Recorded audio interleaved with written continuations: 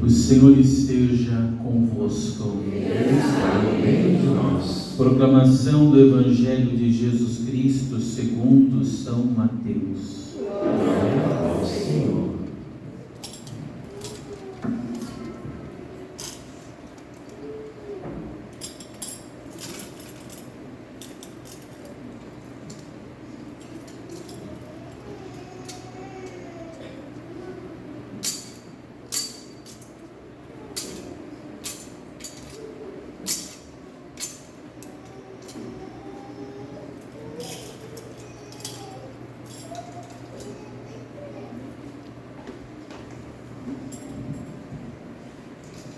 Naquele tempo, Jesus contou esta parábola a seus discípulos. O reino dos céus é como a história do patrão que saiu de madrugada para contratar trabalhadores para a sua vinha. Combinou com os trabalhadores uma moeda de prata por dia e os mandou para a vinha. Às 9 horas da manhã, o patrão saiu de novo, viu outros que estavam na praça desocupados e lhes disse: Ide também vós para a minha vinha, eu vos pagarei o que for justo. E eles foram. O patrão saiu de novo ao meio-dia e às 3 horas da tarde e fez a mesma coisa. Saindo outra vez, pelas 5 horas da tarde, encontrou outros que estavam na praça e lhes disse: Por que estáis aí o dia inteiro desocupados? Eles responderam: Porque ninguém nos contratou. O patrão lhes disse: Ide vós também para a minha vinha. Quando chegou a tarde, o patrão disse ao administrador: Chama os trabalhadores e paga-lhes uma diária a todos, começando pelos últimos até os primeiros. Vieram os que tinham sido contratados às 5 da tarde, e cada um recebeu uma moeda de prata. Em seguida vieram os que foram contratados primeiro, e pensavam que iam receber mais. Porém, cada um deles também recebeu uma moeda de prata. Ao receberem o pagamento, começaram a resmungar contra o patrão. Estes últimos trabalharam 1 hora só, e tu os igualaste a nós, que suportamos o cansaço e o calor o dia inteiro. Então o patrão disse a um deles: Amigo, eu não fui injusto contigo. Não combinamos uma moeda de prata? Toma o que é teu e volta para casa. Eu quero dar a este que foi contratado por último o mesmo que dei a ti. Por acaso não tenho o direito de fazer o que quero com aquilo que me pertence? Ou estás com inveja porque estou sendo bom? Assim os últimos serão os primeiros, e os primeiros serão os últimos. Palavra da salvação. Glória ao Senhor.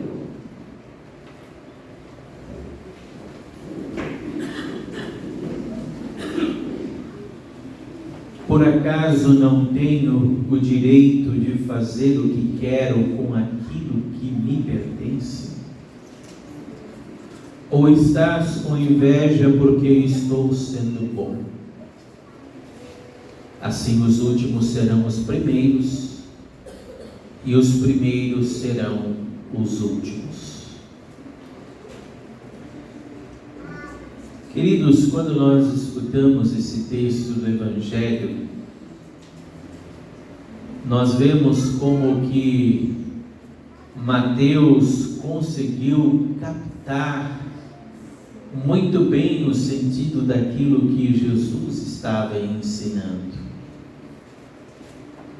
Porque Mateus, antes de tudo, como nós sabemos, esse apóstolo evangelista, discípulo de Jesus, era coletor na banca de impostos. Então ele sabia muito bem o que significa trabalhar com dinheiro, com valores. Mas aqui nessa história, o que o patrão faz? Seja aqueles que são contratados na madrugada, seja aquele que é contratado na última hora do dia, ele promete somente uma moeda de prata. Ele não promete mais do que isso.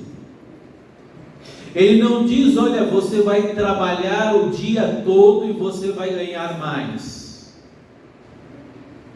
Ele simplesmente ele vai contratando e ele vai dando a cada um aquilo que é o soldo, ou seja, o valor da contratação.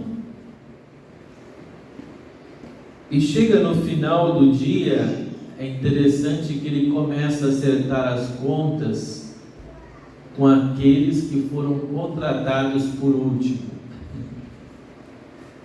Eu fico imaginando o rosto daqueles que acordaram de madrugada, que vieram do trabalho e depois, queimados pelo sol, cansados, o patrão começa a acertar as contas com os últimos primeiro.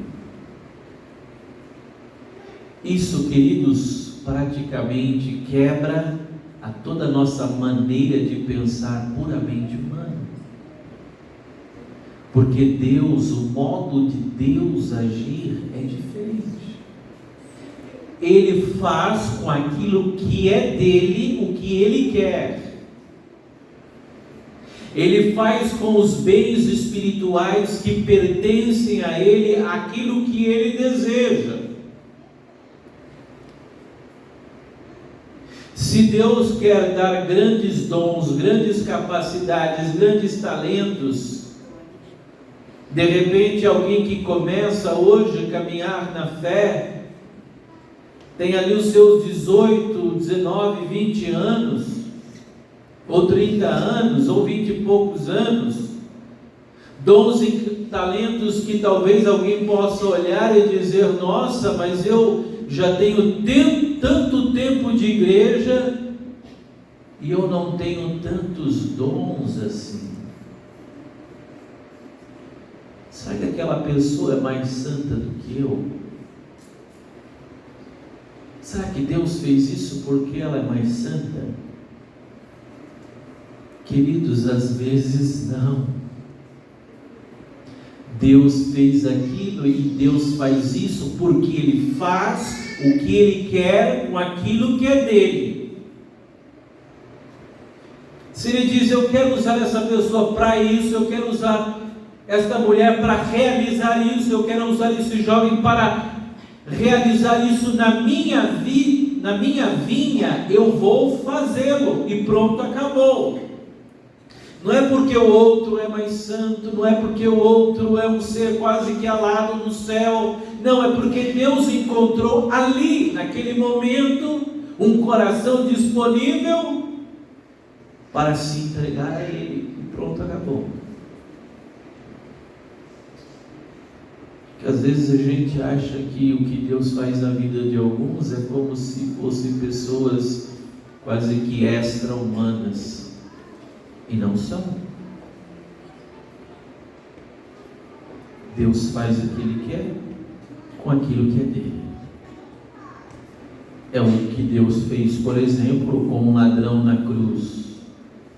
No último instante, aquele ladrão olha para aquele homem desfigurado, com a carne rasgada, cheio de chagas, com uma coroa de espinhos, cheio de cusparadas, e aquele homem, aquele ladrão diz: Senhor, lembra-te de mim quando vieres em teu reino. E o Senhor diz: ainda hoje estarás comigo no paraíso. É o que fez com o bom ladrão. Talvez alguém possa perguntar, mas Frei, pode existir um ladrão que seja bom? Bom, a bondade do ladrão é ter reconhecido em fé, amor e esperança aquele que estava diante dele. Essa é a bondade do ladrão. Assim como pode existir nobres pecadores. Quem é um nobre pecador? É alguém que reconhece o seu pecado, que confessa o seu pecado e que luta contra as más inclinações do seu coração, mas as reconhece. Não é alguém que diz, não, eu peco, mas olha a maioria das pessoas, eu faço coisas erradas, mas olha a maioria das pessoas, olha o mundo, olha não sei quem, olha, ou seja, não consegue olhar para si mesmo. É um péssimo pecador.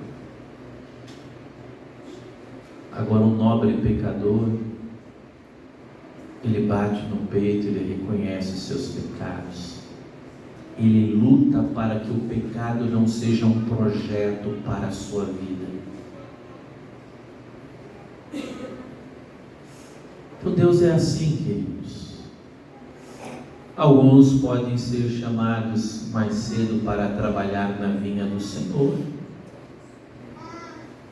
e passar a vida toda trabalhando na vinha do Senhor. Louvado seja Deus.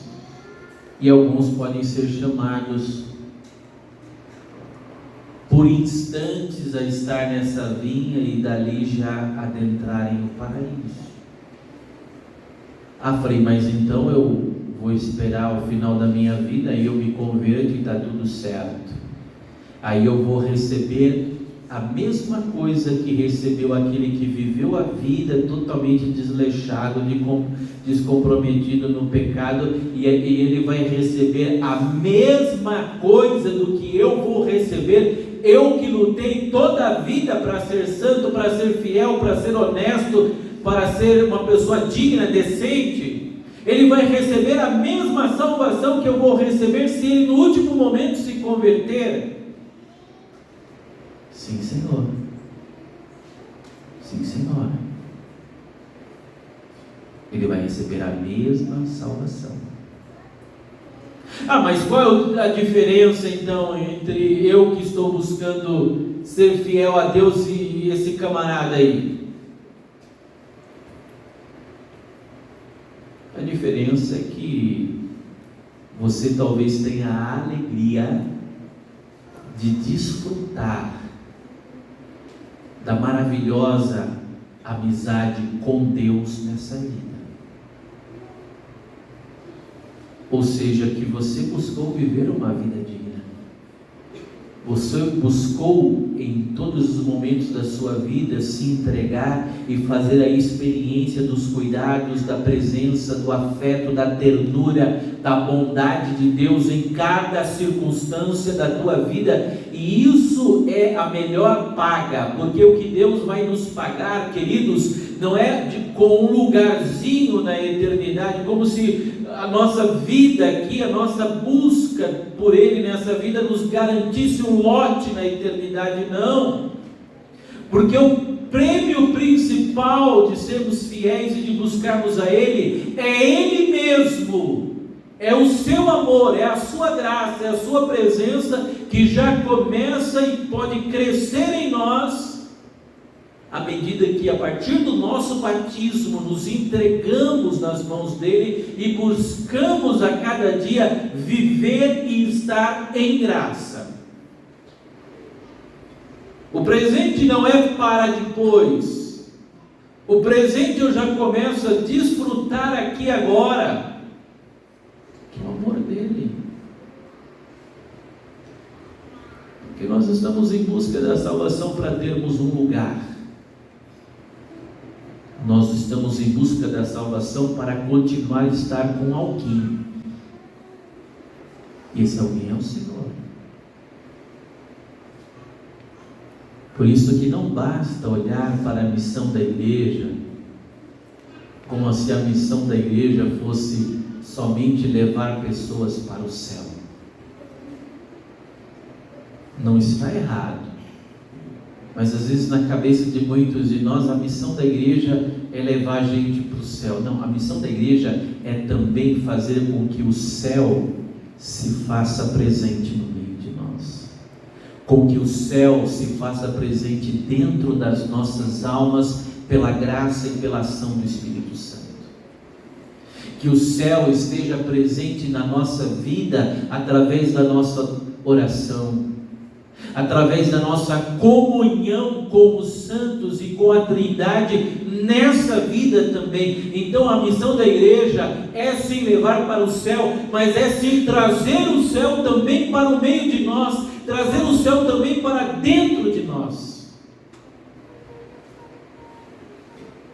Essa é a missão da igreja. Por isso vale a pena, queridos. Não deixemos com que o nosso coração caia naquilo que o Senhor diz hoje: ou estás com inveja porque estou sendo bom. Como isso é uma tentação às vezes na vida. Sempre olhar do lado, mas uma pessoa abençoada, olha o que Deus faz, olha como Deus conduz, olha como está a família da pessoa, e eu, parece que eu não sou tão invejoso, que busca sempre se comparar, e quando se compara, ele mesmo está se desnivelando diante do outro. Ele mesmo está se rebaixando diante do outro. Não, mas o outro tem mais, o outro conquistou mais, o outro tem mais recursos. Ok, você consegue medir o outro pelo teu olhar, pelas aparências dele. Mas será que tudo aquilo que ele tem aparentemente sustenta dentro dele uma profunda alegria que o deixa em paz diante da vida ou não? Porque às vezes as estatísticas mostram que não. Quanta gente com muito dinheiro, quanta gente com muita fama, quanta gente com muitas coisas e se suicidando. Então, as estatísticas mostram que não. Nem sempre as coisas é o que vão validar aquilo que nós somos diante de nós e diante do olhar de Deus. Mas o modo como nós, com a nossa vida, vamos dando sentido a ela também, a partir de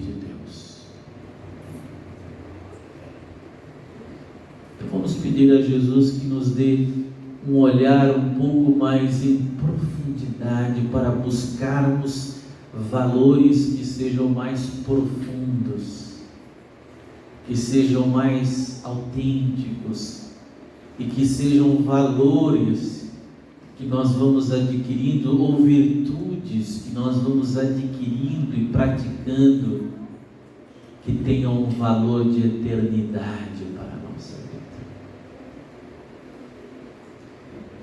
É bonito quando nós encontramos uma pessoa de bom coração.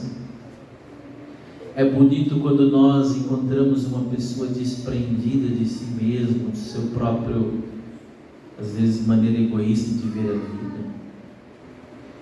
É bonito ver uma pessoa que, quanto mais ela se reconhece abençoada, ela tenta ser uma bênção para a vida de outros.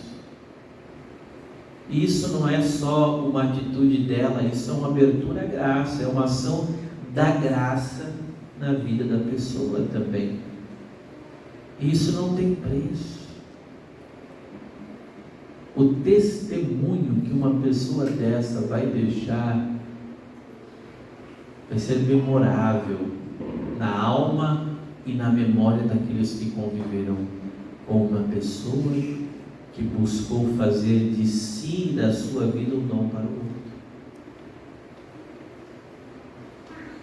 Isso é memorável, não só na memória de quem vive com pessoas que buscam verdadeiros valores, para além do dinheiro, que às vezes pode existir tantas pessoas tão pobres, que o que ela tem é somente dinheiro.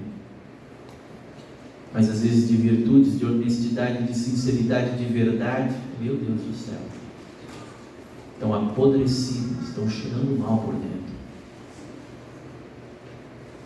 Busquemos esses valores, queridos, que são eternos, esses valores que revelam na nossa vida aquilo que nós somos. São Francisco de Assis tinha uma frase muito bonita, ele dizia: eu sou o que sou diante de Deus e nada mais.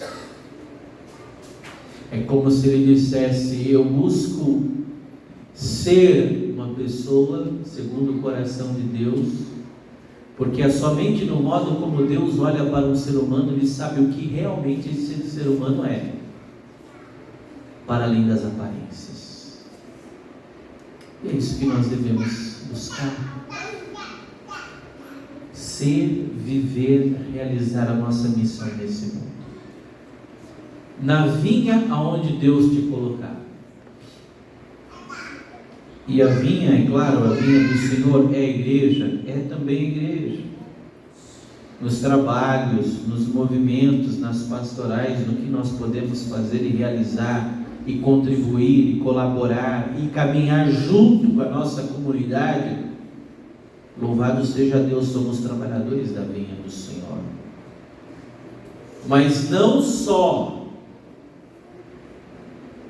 a vinha do Senhor tem que se ampliar para dentro da nossa casa, para dentro da nossa família, para o nosso trabalho, para a nossa faculdade, para a nossa escola, para o nosso bairro, para a nossa empresa. Ou seja, aonde eu estiver, ali é canteiro de obras também de Deus. Ali Deus também quer plantar através da minha vida boas sementes para gerar boas coisas nesse mundo e fazer com que aquilo que de bom é gerado nesse mundo faça a diferença nesse mundo. Todo lugar é a vinha do Senhor, e cada um de nós somos os trabalhadores da vinha. Cada um de nós, queridos. Quando eu olho para você, eu não vejo simplesmente em você um telespectador ou um espectador impotente, passivo, alguém que de repente vem na igreja como vem a um show, vem à igreja como se vem a um jogo de futebol, ou vem à igreja e saindo dali não tem compromisso absolutamente nenhum com nada e ninguém. Eu vejo em você alguém que em ato e potencialmente é um filho de Deus, é uma filha de Deus, e que quando sai daqui, depois de ter recebido sementes da palavra de Deus, vai semear essas sementes, para que aonde não há amor, brote amor, aonde não há paz, brote a paz, aonde não há alegria, brote alegria, aonde há perdição, a salvação possa entrar, através de mim e de você, que somos todos trabalhadores da vinha do Senhor. Que Deus nos abençoe, que possamos com alegria trabalhar nessa vinha. O mais importante é o amor dele. Se Deus vai derramar mais dons, mais talentos, mais capacidades, se Deus vai usar os bens dele como ele quer, isso é com ele. A nossa alegria é poder dar o melhor de nós naquilo que de melhor nós recebemos dele. Louvado seja nosso Senhor Jesus Cristo.